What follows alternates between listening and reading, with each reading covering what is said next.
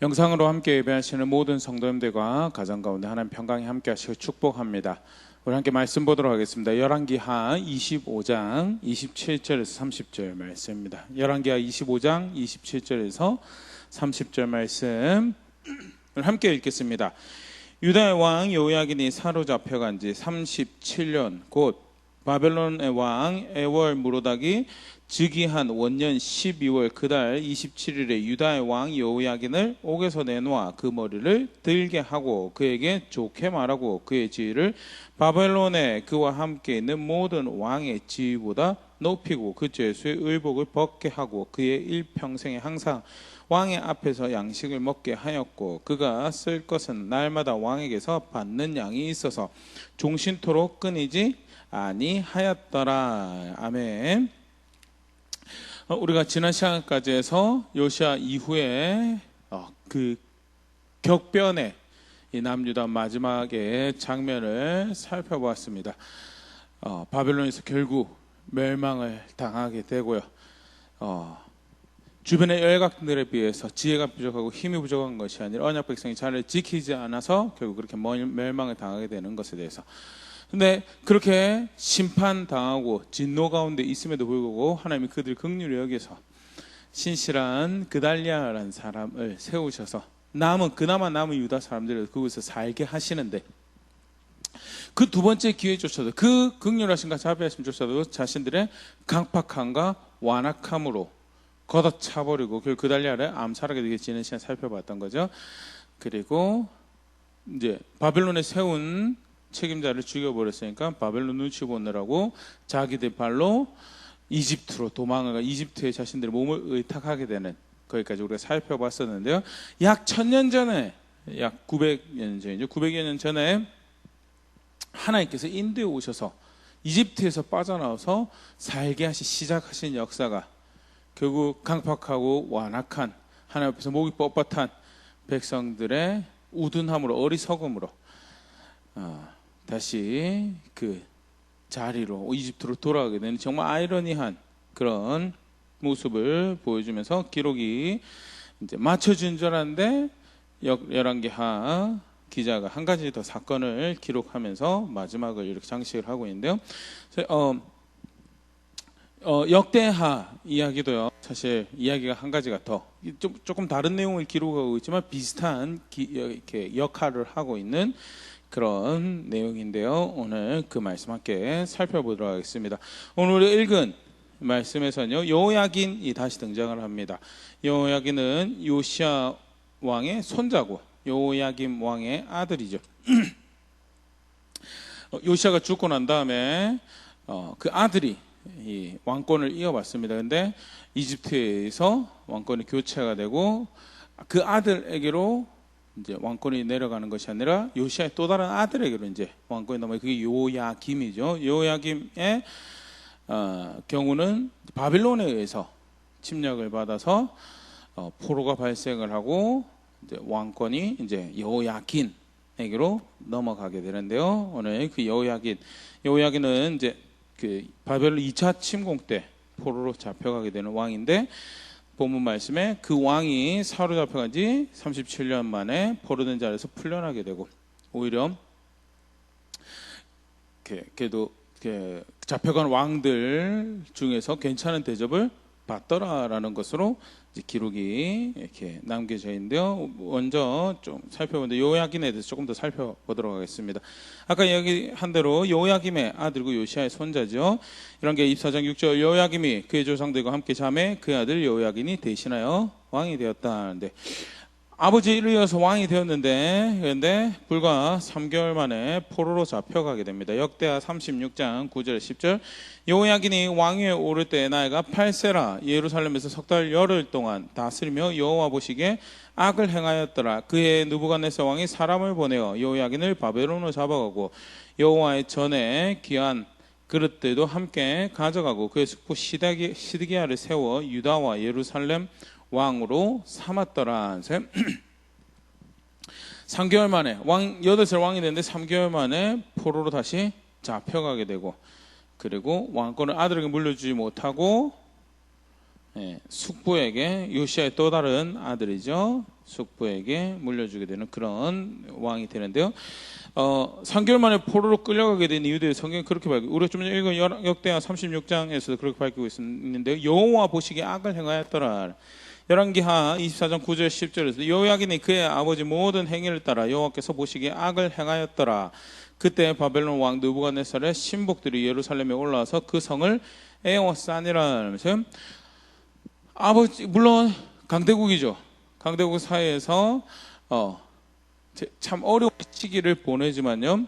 근데 그가 왕이 된 지 3개월 만에 포로 끌려가게 된 것은 그의 지식이 부족하여서, 그의 연륜이 경험이 부족하여서, 또는 보편한 신하들이 우둔하여서 문제가 아니라 그가 여호와 보시기에 악을 행하였더라. 그래서 끌려가는데, 특별히 어떤 식으로 악을 행하였더라라고 기록을 하고 있냐면, 아버지의 모든 행위를, 여호야김의 행위를 본받아서 그렇게 악을 행했다는데, 그럼 아버지가 어떤 악을 행했는데, 대표적으로 여호야김의 악으로 소개되어지고 있는 게 예레미야 22장 15절 16절에 등장을 하고 있는데요.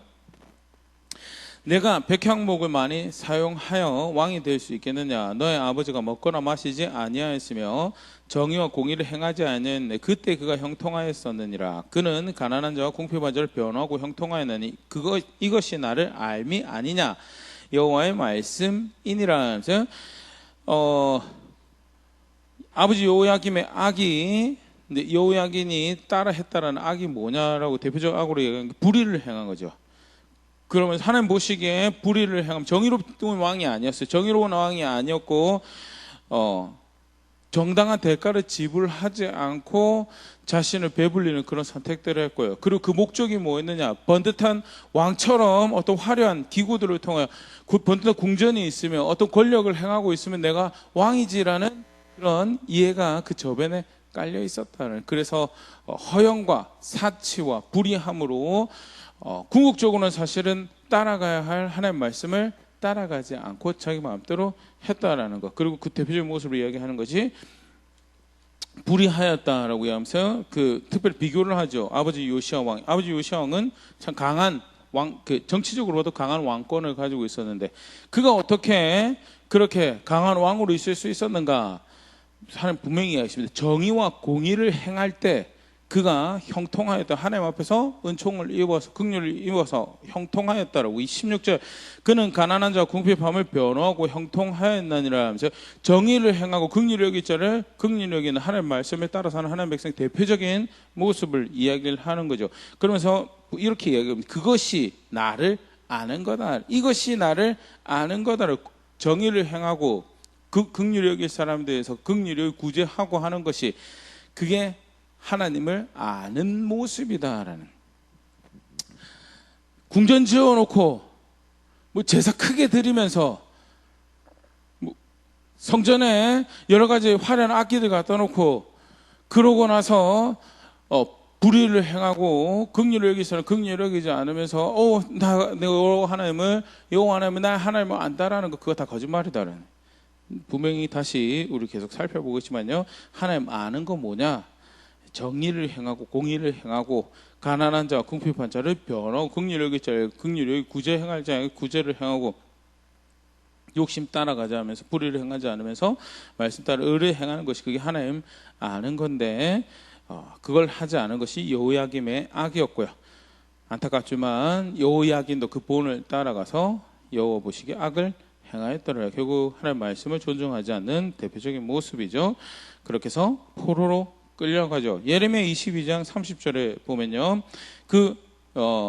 여호야긴에 대해서 예레미야에는 한국어 성경에는 여고니아 또는 여고냐 고니아라는 이름으로 다른 이름이 이렇게 사용되어서 표기되어 있습니다. 이렇게 영어로 할 때는 번역자들에 따라서 그것을 이제 여고니아로 통일하여서 이렇게 번역을 하는 그런 경우도 있는데요. 그게 이제 이 여호야긴을 지칭하는 건데, 여호야긴에 대해서 하나님께서 말씀하십니다. 예레미야 22장 30절, 여호와께서 이와 같이 말씀하시려나 너희는 이 사람이 자식이 없겠고 그의 평생 동안 형통하지 못할 자라 기록하라. 이는 그의 자손 중 형통하여 다윗의 왕에 앉아 유다를 다스릴 사람이 다시는 없을 것임이라 하시니라. 다윗의 혈통을 줘서 다윗의 나라를 세우는데, 이제 이 여호야긴의 혈통은 여호야긴으로 끝이다는, 왕이 되었음에도 불구하고 그 왕으로 섬기는 특권을 또 그 책임을 물려주지 못하게 되는 그런 일이, 간단한 멸망하기 전에 왕권도 사실은 삼촌에게 넘어가죠. 삼촌에게 넘어가고, 그 시드기야가 자신의 두 아들은 이제 죽게 되는데요. 그 시드기야의 어떻게 혈통 그 친족 중에 누가 나오게 되냐면, 나중에 그 포로 귀환할 때, 2차 포로 귀환할 때 그 유대 총독으로 이렇게 페르시아에 위임 받아서 백성들이 이끌게 되는 스룹바벨이 사실 이제 이 유다 혈통, 다윗의 혈통으로 시드기야 혈통으로 이제 기록이 되어 있는데요. 여호야긴은 사실 이제 그것과는 이제 상관이 없는 마지막 악행으로, 사실은 이제 22장 같은 경우 여호야김의 그 아버지의 악행의 세트로 이렇게 묻어 가는데요. 그게 사실 이제 열왕기하 본문이랑 같이 이렇게 놓고 보면, 그 여호야긴이 그 아버지의 아들로서 똑같은 아버지의 악행을 본받아 따라 살아가고, 결국 그래서 그 결과가 대가 끊어지는 거죠. 그리고 하나님 앞에서 큰 책임과 큰 은혜를 누리던 것에서 이제 제외되는 그런 상태가 되는 그런 존재로 여겨지는 왕이 여호야긴 왕이 되고요. 실제로 그렇게 해서 포로로 끌려가게 됩니다. 근데 오늘 읽은 본문을 보면, 포로로 끌려갔는데, 포로로 끌려가고 그러고 그나마 나라라도 멀쩡히 살아남으면 좋았으려마는 삼촌이 맡았던 나라도 이제 포로로 끌려가고 11년 만에 망하죠. 시드기야가 11년 동안 통치를 하게 되고요. 그래서 이제 사실은 이제 유야무야, 누가 감히 그 여호야긴을 포로로 끌려가는 옥에 갇혀 있는 그 비운의 왕을 그 옥에서 건져내 줄 수 있을까라고 하는데, 오늘 이야기는 그 왕이 풀려났다는 거예요. 네, 그 왕이 끌려가고 나서 11년 있다가 나라가 망하는데, 나라가 망하는 장면 우리가 지난 시간 살펴봤지만요. 열왕기 25장에 보면 그냥 나라가 망한 게 아니에요. 그 강대국이 있어서 약소국으로 지혜가 힘이 군대가 모자라서 정치력이 부족해서 망한 게 아니고, 왜 그들이 망했느냐? 그들이 언약의 하나님을 배신하였고 언약 백성의 자리를 떠나가 버렸기 때문에 하나님이 언약을 파괴한 심판으로 멸망당하였고, 사실 이 멸망당한 모습이 굉장히 그런 모습들 조목조목 이렇게 보여주는데요. 대표적 첫 번째 이제 기록을 하고 있는 것이 이스라엘 보호가 이스라엘을 떠나버리셨다라는 것.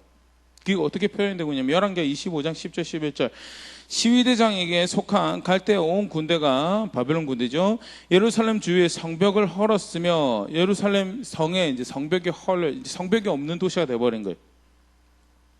성벽이 없어서 어떻게 되냐, 11장 성중에 남아있는 백성과 바벨론 왕에게 항복한 자들과 무리 중 남은 자는 시위대장 느부사라단이 모두 사로잡아 가고, 그래서 성 안에 살고 있던 유력자들을 잡아가는 거예요. 왜? 보호가 벽이 더 이상 없어져 버렸어요. 그런데 그냥 그렇지, 18개월 동안 공성전하고 그렇게 쑥대밭이 되는구나, 단순히 그 정도 수준이 아니고요. 보호가 또 없어져 버린 거예요. 백성들을 보호하는 보호가. 근데 이스라엘 역사를 우리가 쭉 살펴봤지만 성벽이 없어도 보호를 받고요. 대표적인 경우가 사무엘 선지자가 20년 동안 사역한 결과 미스바에서 백성들이 우리가 돌이키자라고 속칭 이제 대회개, 대각성 집회를 하는데 이제 블레셋이 침공을 하죠.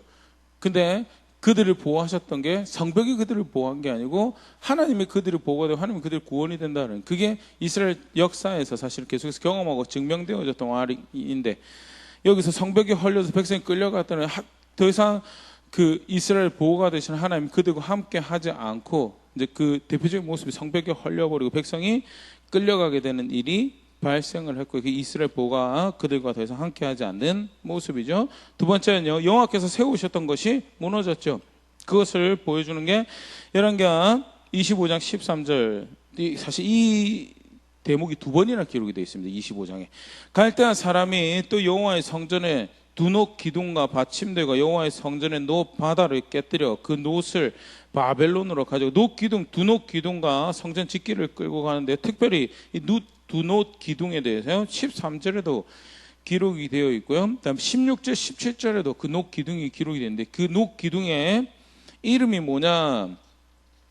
잘 알죠? 열왕기상 27장 21절에 이 두 기둥을 성전의 주랑 앞에 세우되 오른쪽 기둥을 세우고 그 이름을 야긴이라 하고 왼쪽의 기둥을 세우고 그 이름을 보아스라 하였으며 그 야긴은 뜻이 그가 세우셨다라는, 그가 세우셨다는.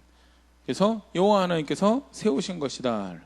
여호와 하나님께 세우신 거고, 보아스라는 이름은 유력자라는 뜻도 되고 힘도 능력도 되고, 그래서 그의 능력이 세우셨다 또는 이스라엘 유력자가 세우셨다, 뭐 이스라엘 유력자가 그의 힘으로 세우셨다, 그런 의미를 가진 성전의 두놋 기둥이었어요. 그거를 누가 가져가느냐? 바벨론이 빼앗아갔어요. 이건 뭐 그냥 그래 망하니까 끌려갔겠지, 뺏어갔겠지, 탈취당하지, 도난당하지. 성경이잖아요. 결국 이스라엘 보호가 그들을 떠나고요. 하나님께서 세우셨던 것이 하나님께서 다 허물어지도록 지금 내버려 두고 있는 상황인 거예요. 실제로 이스라엘 그렇게 망하죠. 근데 거기서 기록이 끝나고 있지 않아요. 이스라엘 보호가 이스라엘 떠나시고요. 이스라엘 여호와 하나님께서 세우신 것이 무너지고요. 그리고 나아가서 그 하나님을 예배하기 위해서 특별히 우리가 여호와 하나님을 섬긴다라고 할 때 법을 가지는 것과 동시에 한 세트로, 한 손에는 법이라면 한 손에는 성막과 제사가 이스라엘 백성의 큰 특징이죠. 그런데 그것들을 다 잃어버리게 됩니다. 열왕기 25장 14절 15절 또 가마들과 부삽들과 부집개들과 숟가락들과 섬길 때 쓰는 모든 놋그릇을 다 가져갔으며, 이 15절 시대장이 또 불 옮기는 그릇들과 주발들 곧 금으로 만든 것이나 은으로 만든 것이나 모두 가져갔으며, 쉽게 말해서 모양이라도 이제 여호와 하나님께서 시키시는 대로 여호와 하나님께 제사할 수 있는 그런 방편들이 다 없어진 거예요. 집기들을 다 가져가 버렸어요. 언약 백성으로서 자신의 언약의 하나님을 예배하는 그 어떻게 보면 왕궁보다도 중요하게 생각하는 그들의 여호와 하나님을 섬기는 그 수단들을 탈취당하도록, 도난당하도록, 빼앗기도록 누가 그렇게 내버려 두셨죠? 하나님이 그렇게 내버려 두셨다라는 것. 그리고 단순히 짓기만 빼앗겼냐? 그게 아니죠. 제사장들이 죽임을 당합니다. 열왕기 25장 18절 시대장이 대제사장 스라야와 부제사장 스바냐와 성전 문지기 세 사람을 사로잡고, 그 외에도 이제 그 다음 절에 보면 쭉 많이 사로잡아 그리고 끌고 가서 다 죽여버려요. 제사할 때 가장 중요한 그 제사의 그 모든 삶 가장 중요한 대표적인 책임과 상징적인 존재 대제사장과 그 부제사장이 죽어버립니다. 죽임을 당합니다. 하나님이 그렇게 되도록 내버려 두세요. 언약 백성이 하는 법을 따라 살면서 여호와 하나님이 우리 하나님입니다라고 그렇게 예배하던 그 소중한 것들을 지금 다 탈취하고 빼앗기도록, 쉽게 말해서 이 장면이 출애굽기 32장에서 33장에 등장하는 이제 이 백성 내 백성 아니다라고. 그 당시에는 대표적으로 등장했던 모습이 아브라함이 그 2개의 돌판을 깨뜨리죠. 그들이 이렇게 여호와 하나님 자신들 언약의 하나님을 여기겠습니다라고 해놓고 금방 가서 다른 시 섬겼더라. 내가 더 이상 이 백성을 내 백성 여기지 않겠다라고 해서 법이 더 이상 그들에게 소용이 없는 거예요. 의미가 없는 것이고, 모세가 열받아가지고 스스로 그냥 그 분노를 이기지 못해서 돌판 떠서 깨뜨린 것이 아니고 하나님의 마음의 표현이고 하나님이 그 백성을 향해서 가지신 자세를 담아내는 모습이죠. 마찬가지로 사실 하나님께서 그 백성들이 이렇게 정확하게 솔로몬을 통해서 말씀하셨던 것이 다시 벌어지는 거죠. 열왕기상 9장 7절에서 9절 말씀인데, 내가 이스라엘을 내가 그들에게 준 땅에서 끊어 버릴 것이요 내 이름을 위하여 내가 거룩하게 구별한 이 성전이라도 내 앞에서 던져버리리니 이스라엘은 모든 민족 가운데 속담거리 이야기거리가 될 것이며, 성전 봉헌하고 난 다음에 하나님께서 솔로몬에게 이야기해, 이거 내가 내 이름을 둔 내 성전으로 여기겠지만 성전이 있다고 해서 그게 내 백성이 되는 게 아니다라고. 언약 백성으로서 자리를 지킬 때 이 성전이 여호와의 성전으로 의미를 가질 것이고, 너희가 만약에 언약 백성의 자리를, 법을 따라 살며 언약 백성의 자리를 지킬 것을 거절하고 거부하고 다른 자리로 가버리면, 불의를 행하고 다른 신 섬기고 다른 축복 바라고 다른 이익 누리고자 그 여호와 하나님을 배신하면, 내가 거룩하게 구별 내 이름을 두겠다고 한 이 성전이라도 내가 너 앞에서 던져버릴 것이다 라고 이야기하면서 8절에 이 성전이 높을지라도 지나가는 자만 놀라며 비웃어 이르되 여호와께서 무슨 까닭으로 이 땅과 이 성전에 이같이 행하셨는가 하면, 대답하기를 그들이 그들의 조상들을 애굽 땅에서 인도하여 내신 그들의 하나님 여호와를 버리고 다른 신을 따라가서 그를 경배하여 섬김으로 여호와께서 이 모든 재앙을 그들에게 내리심이라 하리라 하셨더라. 결국 언약 백성은 하나님 말씀 따라서 언약의 자리를 신실하게 지키는 것을 하지 않았기 때문에 벌어지는 일이다라는데요, 실제로 그렇게 던져지죠. 던져집니다. 우리 지금 읽은 대목들이 그런, 성전 두 기둥이 여호와께서, 특히 여호와께서 세우셨다라는 이름, 여호와께서 그의 능력으로, 이스라엘의 유력자가 그의 능력으로 이것을 세우셨다라고. 단순히 성전만 세우면 성전을 세울 수 있도록 부를 세우셨고 나라를 세우셨고 왕을 세우셨고 하는, 군대를 세우셨고 백성을 세우셨고 하는 그 모든 것들을 허물어뜨려 버리시고, 허물어뜨려 버리시도록 내버려 두시고 그렇게 보호를 거둬버리신 것. 던져진 백성의 신세가 떼어져 버린 것이, 언약의 자리를 우리가 여호와를 배신해서 이렇게 벌을 받는구나. 나아가서 이제 여호와 하나님을 섬기는 백성, 여호와의 백성으로서는 우리가 끝이다라기 된 이 상태가 사실은 열왕기하에 기록되어 있는 이스라엘 백성의 나라로서 유다의 마지막 모습이죠. 물론 회복의 약속이 있습니다. 대표적인 약속이 예레미야 29장 10절 11절, 여호와께서 이와 같이 말씀하시니라. 바벨론에서 70년이 차면 내가 너희를 돌보고 나의 선한 말을 너에게 성취하여 너희를 이곳으로 돌아오게 하리라. 여호와의 말씀에 너를 향한 나의 생각을 내가 아나니 평안이요 재앙이 아니니라. 너에게 미래와 희망을 주는 것이니라. 예레미야 선지자를 통해서 70년이, 망원하 70년 있으면 내가 다시 돌아오게 할게. 아니 무슨 70년이, 사실은 나라가 망하기 전까지 예레미야가 한창 유다 땅에서 사역할 때 예레미야 기록된 내용이죠. 하나나라는 선지자가 거짓된 메시지를 막 예레미야를 대적해서 거짓된 메시지, 그 대표적인 내용 중에 하나가 여호야긴이 풀려날 거다, 2년 있으면 돌아올 거다라는. 아니다, 예레미야가 아니라고. 그 땅에서 결혼하고 터잡고 충실하게 살라고, 오히려 그 땅의 안녕을 위해서 기도를 하라고. 그게 하나님께서 원하시는 거라고. 70년 동안 너희 거기 있을 거라고. 이제 2년 만에 돌아오겠다고 한 선지자가 훨씬 더 귀에 달콤하죠. 마음에 달콤하죠. 그치, 여호와 우리 하나님이시니까 그런 일을 하실 겁니다. 하나님이 왜 지금 이 일을 허락하시고 왜 그들을 이렇게 놔두시는지 전혀 그거에 대해서는 알려고 하지도 않고요. 정말 그릇된 신앙의 자세죠.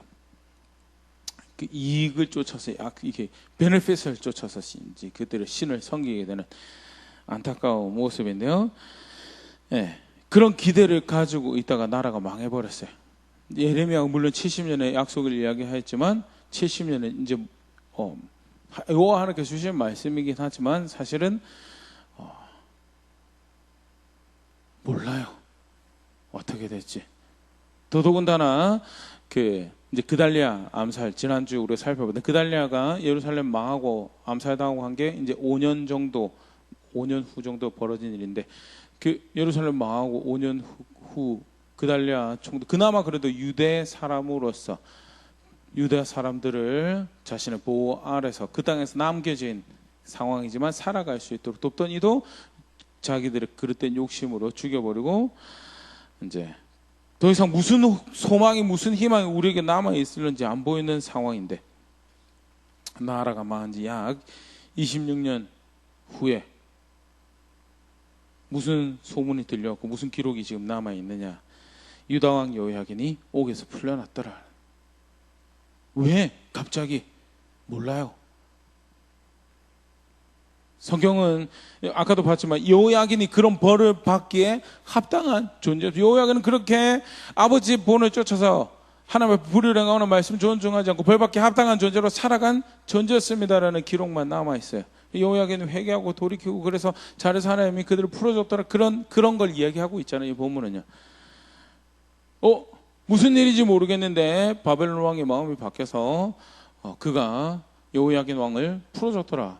26년 만에. 왜 26년 만에? 더더군다나 풀어줬을 뿐만 아니라 그래도 한때 왕족이었던 것을 고려하고 반영하여서 왕궁 안에서 존귀여김 받을 수 있도록 하고, 그리고 어떤 일정 그 복지를 위해 정량을 정해서 왕의 물품 중에서 사용할 수 있도록 그렇게 하더라라는. 무슨 일이지? 약속은 70년의 약속이 있었는데 언약 백성에서 모든 소망이 다 끊어진 것 같은 그 상황인데, 근데 여호야긴 왕이 그렇게 풀려난다. 하나님이 뭔가를 하시고 계시더라는. 우리는 사실은 하나님한테 긍휼히 여기다는 말을 할 어떤 그 근거도 없어요. 왜? 있는 것 수단 방법 안 가리고 배신하고 또 배신하고 거역하고 대적하고, 마치 그 여호와 도움 딱히 없어도 잘 살아갈 수 있는 백성인 것처럼 그렇게 열심히 배신하고 거역하고 거절하는 걸음들을 실제 걸음걸음의 삶의 선택에서 그렇게 살아왔습니다. 근데 그 여호와 모든 소망이 끊어진 곳에서 그 여호와가 여전히 그 백성의 하나님이신 것을 그래서 특히 그 다윗 후손에게 무슨 일을 하시더라라는 것이 열왕기 하의 마지막 기록입니다. 열왕기 하가 기록하고 있는 남유다의 멸망은요, 소망이 없는 것으로 끝났어요. 근데 마지막에 한 가지 돼. 우리는 그렇게 소망이 없이 다 망가지고 끝났는데, 우리가 결국 선택한다고 한 것은 배신하고 떠나고 그릇 행하고 그렇게 불의를 사랑해서 하나님 반대 방향으로 등 돌리고 귀를 막고 뛰어가는 것이 우리의 모습이었는데, 하나님은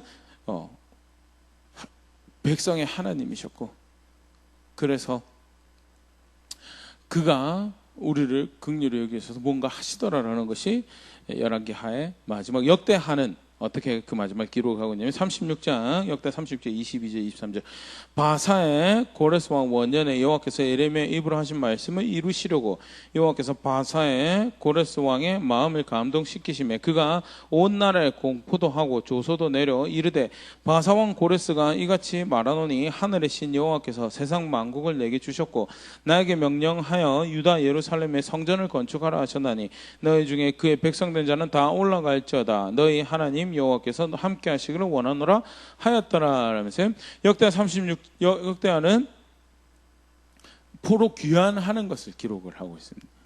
포로 귀환하는 것을. 그러니까 망했어요. 똑같이 망했는데 시기상으로 볼 때, 그래서 학자들이 이야기할 때 역대하 기자가 열왕기하 기자보다는 조금 더 후에 이 글을 기록을 한 것으로 그렇게 추정하는 그런 한 포인트이기도 하고요. 역대하 기자도 그렇고요, 열왕기하 기자도 그렇고요. 또 사실 그들에게 감동을 주셔서 하나님의 말씀을 기록하게 계신 하나님이 백성들은 뭘 보여주시려고 하시는가, 이걸 통해서 너희는 소망을 잃어버렸고 스스로에게 절망하고 상황으로 절망하는 그 시간을 하나님은 그 말씀하신 것을 따라 이루시더라라는 거예요. 예레미야에게 하신 말씀을 쫓아서 하나님은 그 말씀하신 것을 이루어 가시더라라. 어떻게 보면 우리 앞에 읽었던 예레미야 29장 처음에 70년 있다가 돌아올 거다라는 이야기 들었을 때 백성들은 절망하겠죠. 아니 무슨 70년 있다가 돌아오느냐라고. 그런데 시간이 지나면 지날수록 더 스스로에게는 소망이 없는 자신들을 발견해가는 강대국들 사이에서 어떻게 우리가 풀려날 수 있고 어떻게 우리가 우리를 구원해낼 수 있겠느냐.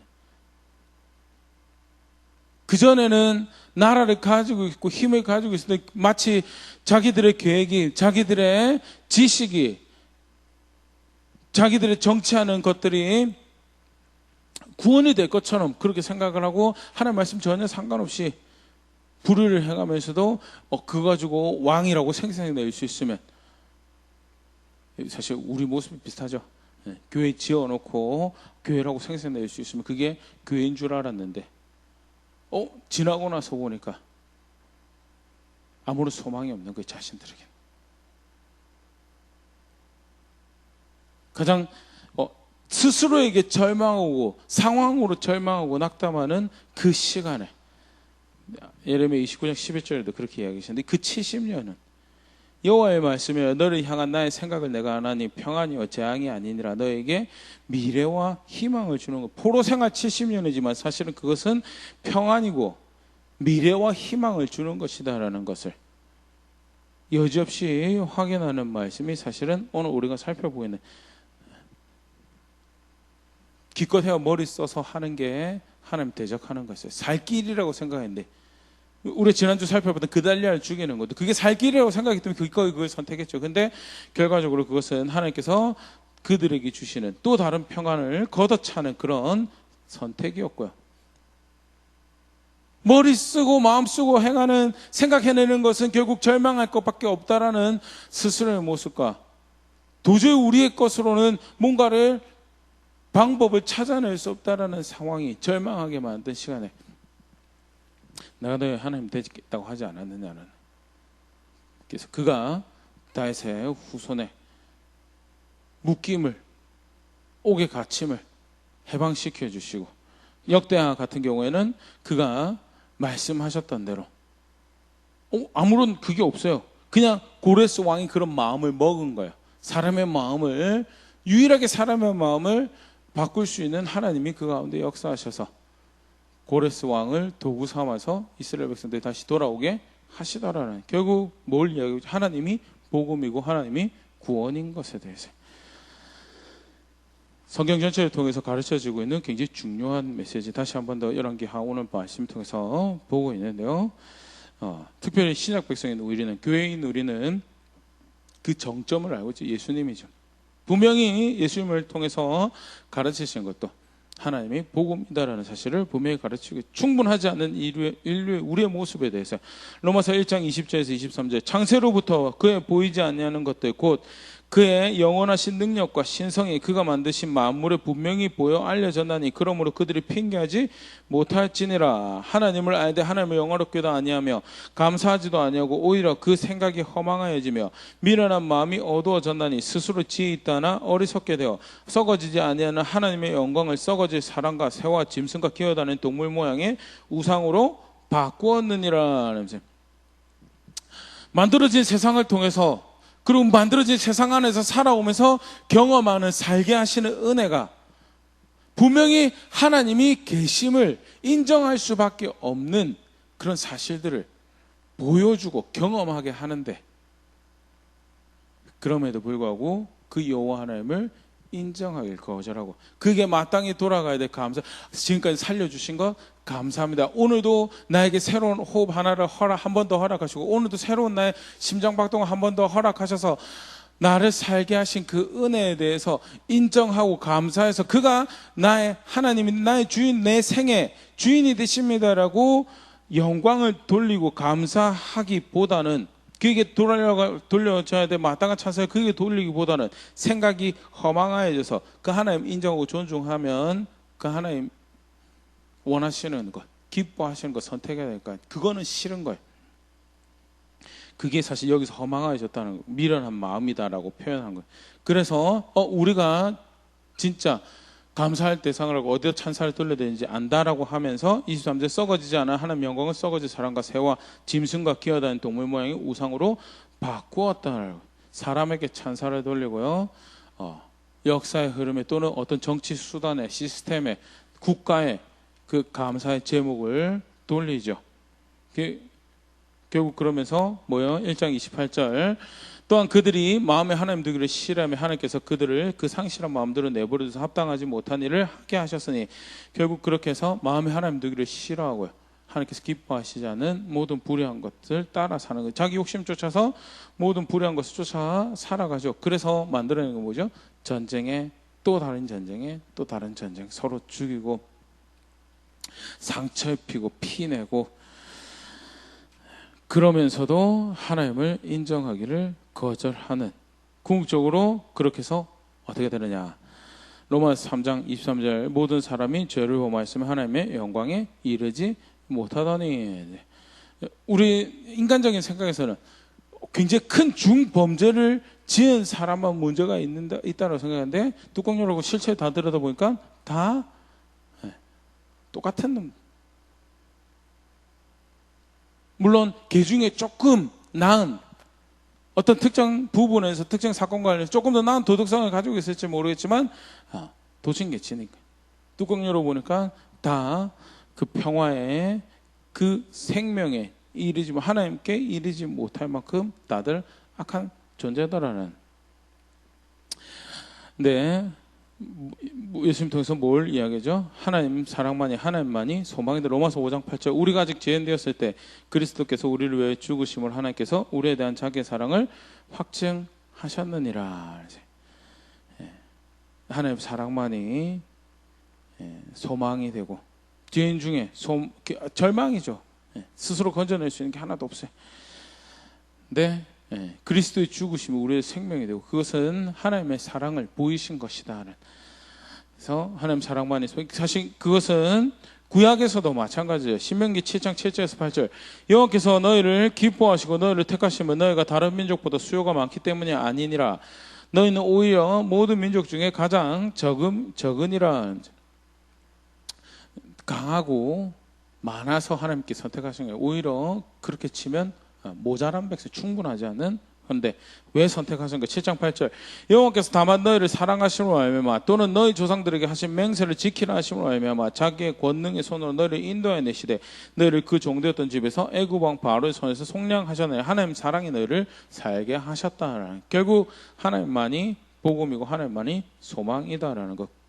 구원 역사의 정점에서 십자가의 예수님을 아는 백성들에게 다시 한번 더 분명히 확인하는, 철저하게 소망이 없었다는. 너희는 그 하나님을 하나님 안다라고 하면서도 제가 여러 번 인용해서 얘기 드렸던 건 존 파이퍼 목사님이 그런 이야기는, 이 세상에 단 한 명도 하나님 앞에 하나님께 충분한 감사를 드린 적이 없더라고. 실제 그거는 큰 죄된 모습이에요. 구원받은 우리도 마찬가지죠. 하나님 안다고 하는 우리도 마찬가지죠. 단 한 번도 충분하게 그 일에 대해서 감사한 적이, 그리고 실제로 그것을 충분하게 감사하지 않았다는 사실조차도 인지도 하지 않고, 그런데 그렇게 하나님을 존중하지 않음에도 불구하고 무엇이 우리로 살게 하였느냐? 하나님의 사랑이 우리를 살게 하였다는. 그래서 신명기 말씀을 인용을 하면요, 그래서 그러면 그 하나님이 소망이고 사랑이기 때문에 어떻게 살아야 되느냐? 신명기 7장 9절 그런즉 너희는 알라 오직 내 하나님 여호와는 하나님이시오 신실하신 하나님이시라. 그를 사랑하고 그의 계명을 지키는 자에게는 천대까지 그의 언약을 이행하시며 은혜를 베푸시되 그를 미워하는 자에게는 당장에 보응하여 멸하시나니 여호와는 자기를 미워하는 자에게 지체하지 아니하시고 당장 그에게 보응하시니라. 그런즉 너는 오늘 내가 너에게 명하는 명령과 규례와 법도를 지켜 행할지니라. 그 하나님이 소망이고 그 하나님은 신실하신 분이시고 그 하나님은 그 하나님을 사랑하고 그 계명을 지키는 자에게는 아주 충분한 완전한 은혜를 베푸시고 사랑을 베푸시는, 반대로 그를 거역하는 자에게는 지체하지 않으시고 보응하시는 분이시다. 그렇기 때문에 그의 명령과 규례 법들을 지켜 살자라고. 왜? 그가 살게 하자. 그가 사랑하셔서 우리가 산 거기 때문에 신뢰할 만한 사랑이고 신뢰할 만한 은혜고 신뢰할 만한 구원이고 신뢰할 만한 소망이. 그래서 그에게 순종하면서 살자라고. 그것을 신약 성경에서는 요한복음 17장 3절 영생은 곧 유일하신 참 하나님과 그가 보내신 자 예수 그리스도를 아는 것이니이다. 아까도 우리가 살펴봤었는데요, 하나님 뭐가 아는 거냐라고. 그 하나님 말씀 따라를 행하고요, 그 하나님 말씀 따라 긍휼히 여길 자를 긍휼히 여긴 게 그게 하나님 아는 거죠. 그 하나님과 그가 보내신 자 예수 그리스도를 아는 것이 생명. 그렇게 그의 말씀을 신뢰하여서 의를 행하고 그게 믿는 거고 아는, 똑같이 구약에도 그렇고 신약에도 그렇고요. 하나님 소망이고 그렇기 때문에 그를 신뢰하고 사는 것이 그게 하나님을 복음으로 아는 것이다. 좀 다르게 오늘 마지막 이 말씀 인용하면서 마무리하고 싶은데 시편 73편 25절 28절입니다. 하늘에서는 주 외에 누가 내게 있으려 땅에서는 주밖에 내가 사모하리 없나이다. 내 육체와 마음은 쇠약하나 하나님은 내 마음의 반석이시여 영원한 분깃이시라. 사실 이스라엘 백성들이 마주한 상황이 그렇죠. 죄 때문에 하나님을 거역하고 대적하여서 망했어요. 철저하게 망했어요. 얼마만큼 망했냐? 다시 그 하나님이 원하시는 대로 제사를 하지 못할 만큼 망했어요. 사실 전면에 기록되어 있지는 않지만요. 언약궤가 언제 없어졌느냐? 이때 없어졌다. 바벨론에서 탈취당하고 망거지고 멸망당할 때 이때 언약궤 없어졌더라고. 그 이제 뭐죠?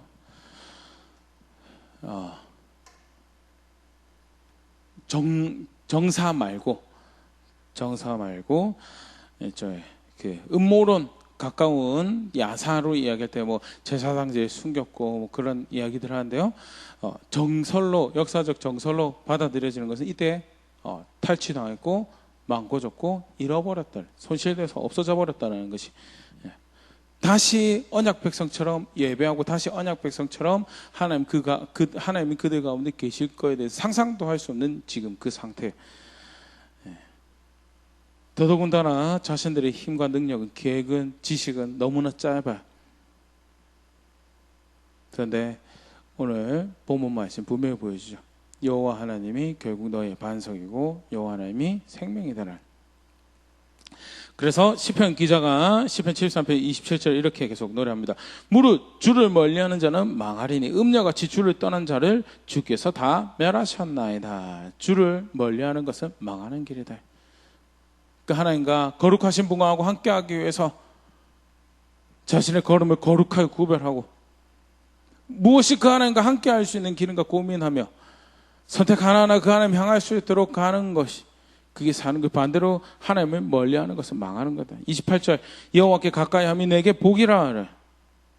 내가 주 여호와를 나의 피난처로 삼아 주의 모든 행적을 전파하리이다. 그게 구원이 어디 있는지 복음이 어디 있는지 특별히 오늘 말씀을 통해서 어떻게 보면 굉장히 짧은 뜬금없는 사건 같기도 합니다. 망하고 끝났는데 왜 여호야긴, 더더군다나 여호야긴이 왜 풀려났는지에 대해서 아무런 언급이 없어요. 그런데 분명한 것은 절망이에요. 온 유대 민족 가운데, 물론 이제 그 가운데 신실한 자들, 이제 남아있는 자들이 이제 우리 다음 주부터 이렇게 살펴보자 뭐 다니엘 같은 경우라든지 남은 자들이 있죠. 그런데 전반적인 분위기는 끌려갔어요. 망했어요. 소망이 없어요. 그런데 갑자기 멸망하고 약 26년이 지나서 포로로 끌려갔던 그 왕이 풀려났다더라. 그리고 단순히 풀려난 것이 아니고 느부갓네살 바벨론 왕이 그를 존중하더라는 하나님이 아직 뭔가 하시려는, 더더군다나 다윗의 혈통이죠. 다윗의 나라, 하나님 나라의 예표적인 상징이고요. 다윗의 왕권과 하나님이 뭔가 하시려는 것 같더라.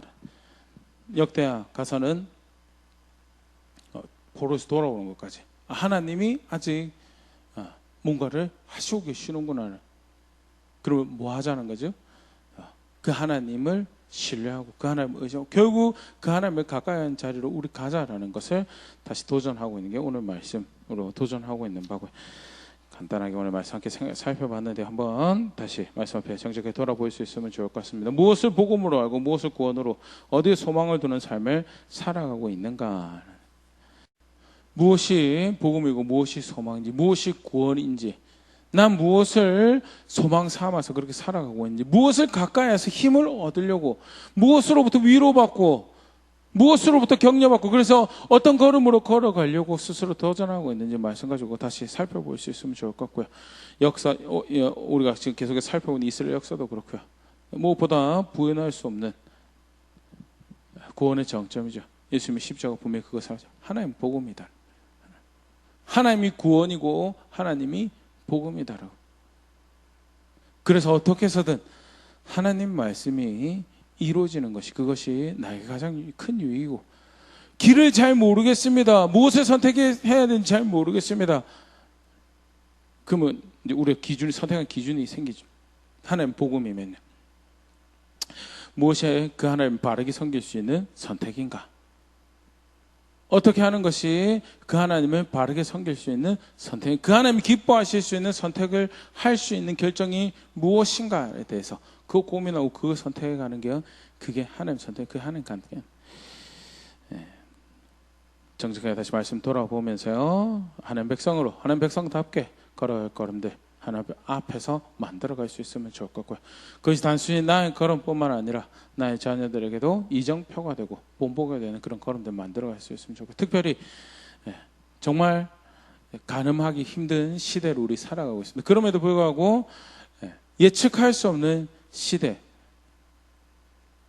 자연 환경도 그렇고 경제적인 것도 그렇고 모든 게 사실 참 그렇죠. 그런데 3,500년 전부터 말씀을 통해 지속적으로 반복적으로 가르쳐왔던 분명한 진리는, 그럼에도 불구하고 하나님이 복음이고 하나님 구원이라는 사실, 우리 걸음으로 그렇게 살아갈 수 있으면 좋을 것 같고요. 그렇게 하나님 앞에 서는 제가, 그런 교회가 될 수 있으면 좋을 것 같습니다.